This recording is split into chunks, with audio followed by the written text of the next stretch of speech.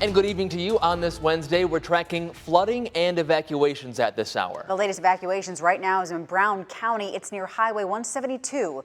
The area is County GV, just north of Dickinson, and that's where we find NBC 26's Ryan Curry, who's been all over Green Bay today tracking the flooding. Ryan, what's the latest?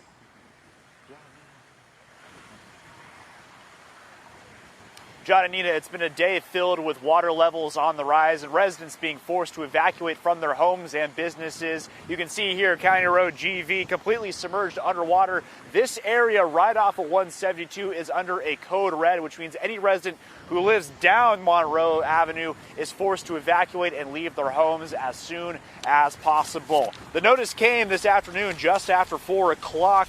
County Road GV between Hoffman and Dickinson remains blocked off. Also, if you're driving off of 172, you can't even exit because the off-ramps are closed heading down in this direction.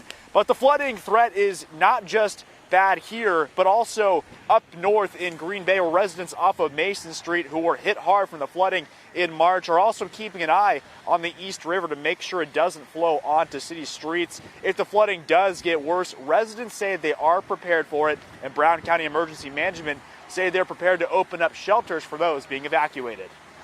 We do have smaller boats that we can use to get in and out of the flooding if need be. Last time it flooded, we used a kayak, got us up to the street, and we could get necessities. We've been working with the Red Cross and Health and Human Services, just planning for the potential need for a shelter. At this point, we don't have a need for one, but it never hurts to be prepared.